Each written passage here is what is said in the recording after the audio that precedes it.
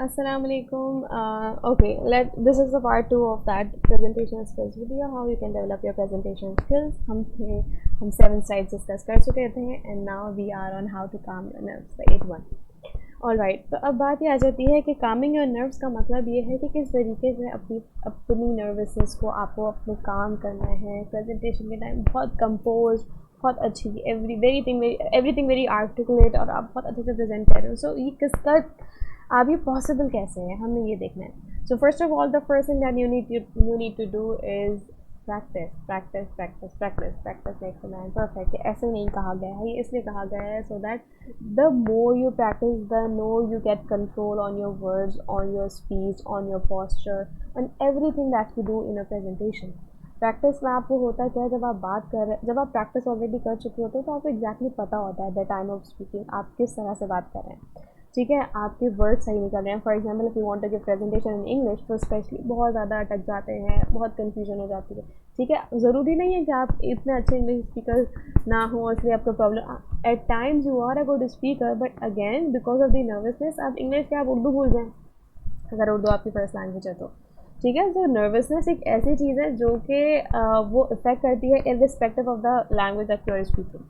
ठीक है, अगर आप नर्वस होंगे तो आपसे उर्दू भी सही से नहीं निकली जाएगी, उर्दू में भी आप जो है थोड़ा सा अटक जाएंगे, हेजिटेंट होंगे. ठीक है, so and when it comes to English and when you want to give presentation in English, पूरी क्लास देख रही है, your teacher is listening to you, English का वैसे ही बहुत फोबिया है, इंग्लिश आती नहीं है, प्रॉब्लम हो रही है, तो आपको क्या करना है. So you need to practice a lot. Practice आप करने से ये होगा कि जो एक difficult vocabulary that you use in your presentation, that कोई वर्ड आपने यूज़ किया है आपको, तो आप वो वर्ड की अदायगी सीखते हैं. प्रैक्टिस क्या होती है, आपकी ज़बान को आदत हो जाती है उस वर्ड को बोलने की. ठीक है, because you are not that habitual of speaking English, you are not that fluent, आप बात नहीं करते हैं इंग्लिश में, प्रैक्टिस नहीं करते हैं, तो वह सिर्फ प्रेजेंटेशन के टाइम पर आपको इंग्लिश बोल रहे होते हैं. सो हो जाता है, इस तरह से इशू हो जाता है. That is highly common.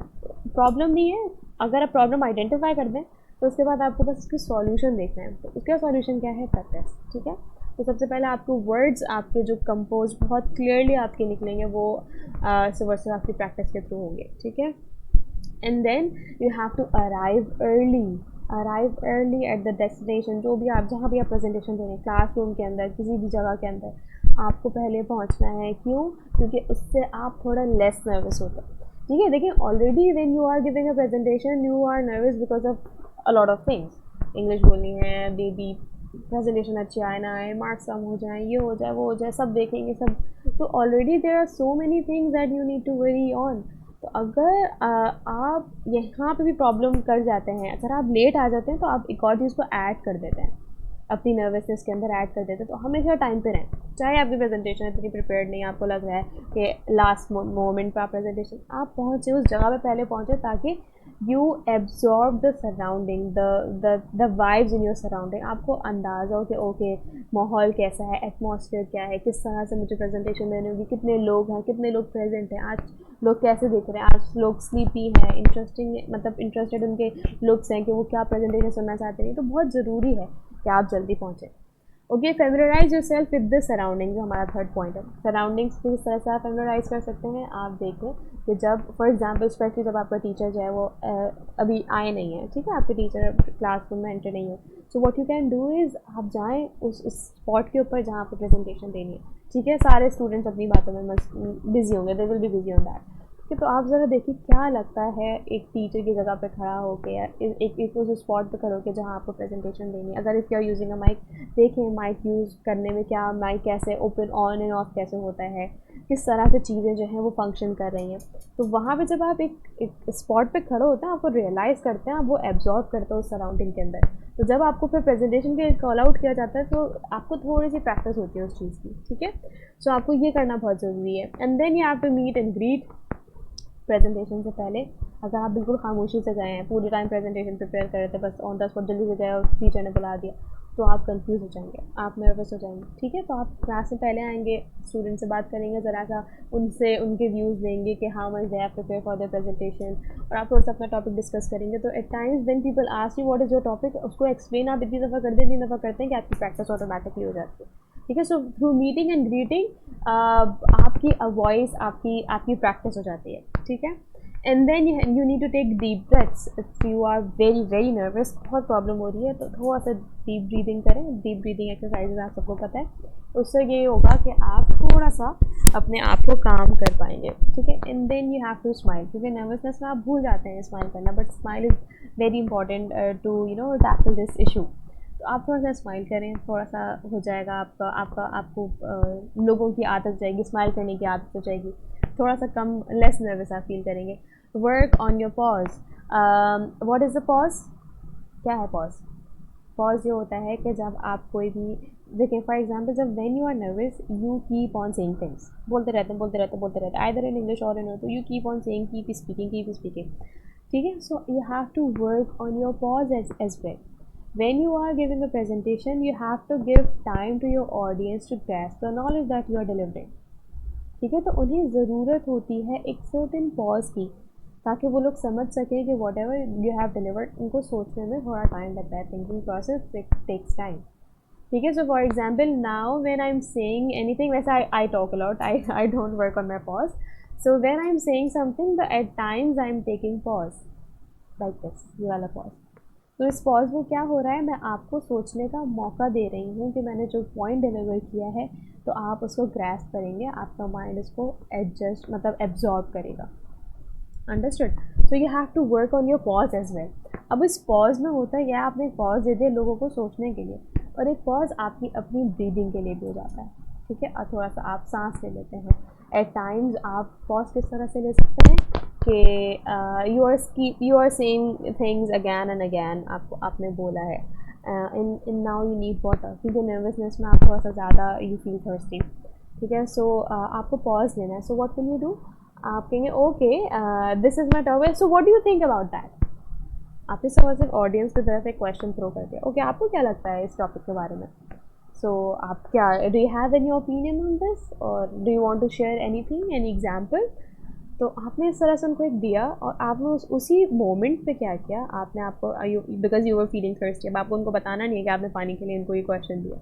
आपने साइड पे अपनी छोटी सी वाटर बॉटल रखी हुई है, आपने वहाँ से पानी पी लिया. सो होगा क्या कि without asking an excuse, okay making an excuse कि मुझे पानी के लिए थोड़ा सा टाइम चाहिए, आपने उनको आपने पॉज भी दिया, और उस पॉज के अंदर आपने अपने सांस भी ले ली, आपने पानी भी पी लिया, आपको एक ब्रेक भी मिल गया, आपकी वॉइस को भी एक ब्रेक मिल गया. Understood? So, not everyone can speak like me without pause, without water, because I have been continuously speaking and I am fasting right now. So, I am not drinking water at all. But because I love to speak, so मुझे ज़रूरत नहीं है. But it happens कि मुझे भी कभी कभार ज़रूरत पड़ जाती है, बट इट्स फाइन. ठीक है. So when you keep on practicing on these things, तो आप थोड़ा सा देखिए, ये how to calm your nerve in this slide, मैं आपको बस सिर्फ एक कोशिश कर रही हूँ. आपको थोड़ा सा ये कम हो जाएगा, कम्प्लीटली नहीं आप काम होंगे प्रैक्टिस के बाद, और एवरीथिंग नीड्स टेक्स प्रैक्टिस. आप जो है प्रैक्टिस करेंगे तो obviously with the passage of time you will be able to calm your nerve, और आप एक अच्छे प्रेजेंटर बन जाएंगे. लेकिन आपको कोशिश करनी है, प्रैक्टिस करनी है. एंड देन ओके, लेट्स जल्दी से कंटेंट की तरफ आ जाते हैं. I talk lot. Okay, the content that you are presenting should be very very relevant to the topic that you have selected. ठीक है. अब आपने एक टॉपिक दिया है, for example you are talking about literacy rate in Pakistan or illiteracy rate in Pakistan. For example illiteracy rate बोल रहे हैं आप. ठीक है. तो stay on that topic. Illiteracy के आप फैक्टर्स बता दें, इशूज़ बता दें, सब बता दें, लेकिन आप पूरा ओवरऑल लिटरेसी रेट क्या है, इस ज़माने में क्या था, इस ज़माने में क्या है, nobody has that much time to listen to you. तो आप उनको बहुत इंटरेस्टिंग रेलिवेंट कंटेंट दें, just on that topic, nothing else, extra कोई बात नहीं करनी है. And your content should be very very interesting. ठीक है. अगर आप दे रहे हैं, if you are stating graphs, okay ये ग्राफ ऐसा है, ये ग्राफ ऐसा है, लेकिन everything is available on internet, हर कोई सुन सकता है. उस ग्राफ से, उस इंफॉर्मेशन से आपने जो 2 पॉइंट मेन एक्सट्रैक्ट किए हैं, जस्ट डिस्कस दैट और in a very very interesting manner. ठीक है. तो आपकी तभी लोग जो है वो बात सुनेंगे.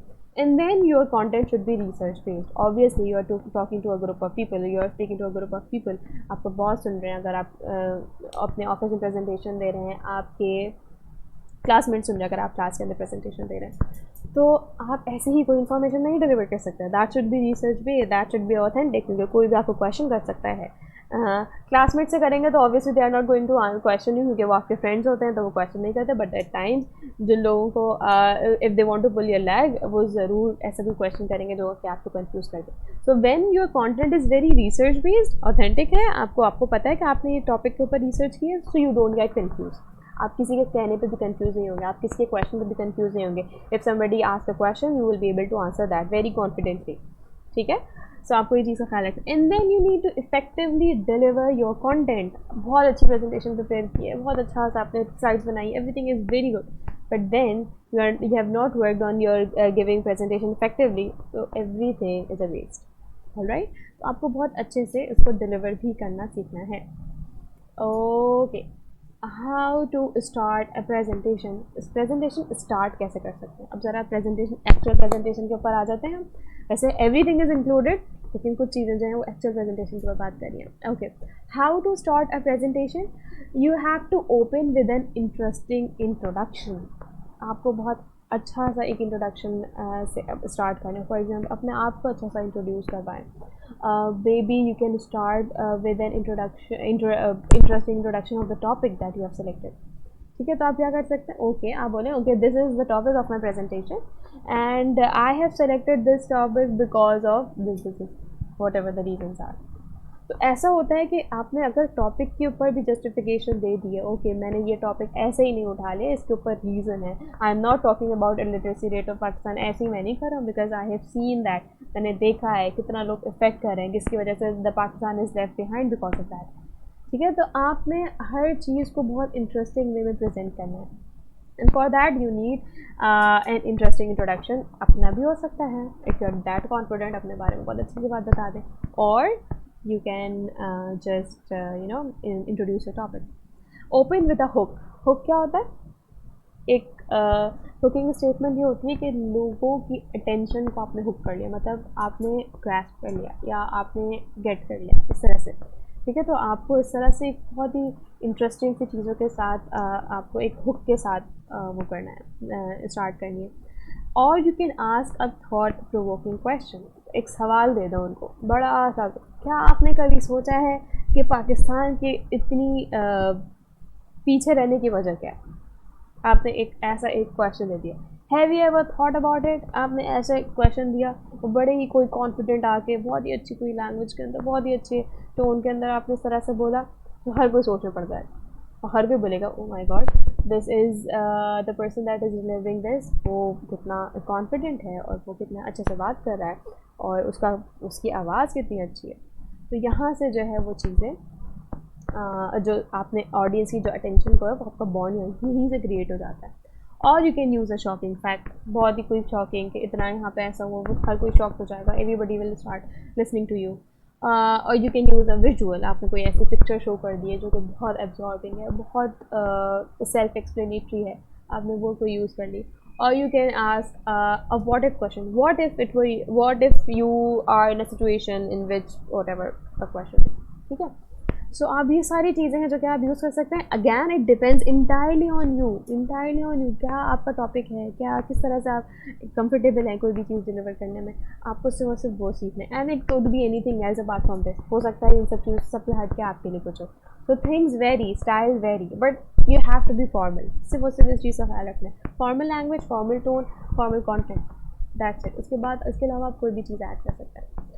And चलिए जी, let's move towards presentation side. I think I have talked a lot.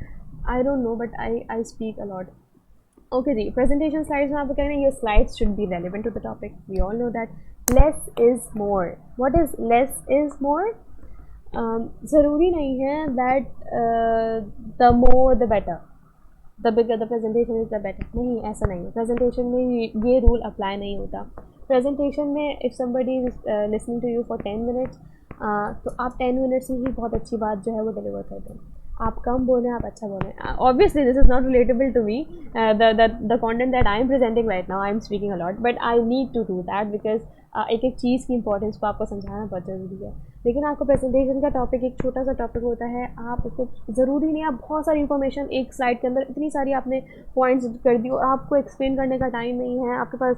आप देख रहे हैं टीचर भी बोर हो रहा है, स्टूडेंट भी बोर हो रहा है, आप लेकिन आपने इतना कंटेंट लिख दिया है तो आपको एक्सप्लेन करना है। No, less is more. At 4 points, अगर आप देखें हर जगह देखें कुछ 4 पॉइंट्स है, कुछ 3 पॉइंट्स है, एंड इसके बावजूद भी आई एम एक्सप्लेनिंग अलॉट। ठीक है, तो आपको एक्सप्लेन करने में ज़्यादा टाइम लेना है, आपको लिखना नहीं है in your slides.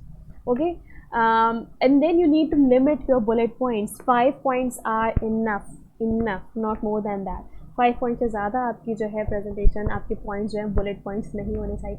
And again वो बुलेट पॉइंट्स होते हैं, these are not actually complete sentences.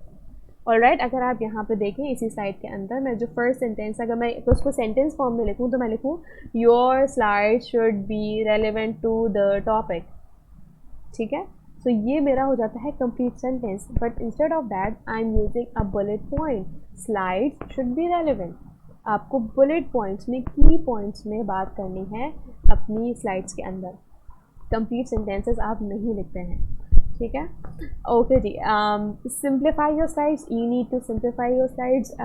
Avoid using difficult vocabulary, जो कि वोकैबुलरी बहुत डिफिकल्ट है, आपको लगता है कि लोग नहीं समझ पाएंगे, डोंट यूज़ दैट। टेक्निकल अगर वर्ड है तो दैट्स ऑब्वियस कि आप वो टेक्निकल वर्ड जो है वो रिमूव नहीं कर सकते, लेकिन कोशिश करें कि अपनी स्लाइड्स को बहुत सिंपल वर्डिंग में रखें, that so that everybody could understand. अगर किसी को आपकी आवाज़ नहीं भी आ रही है तो वो सुन सकें, समझ सकें।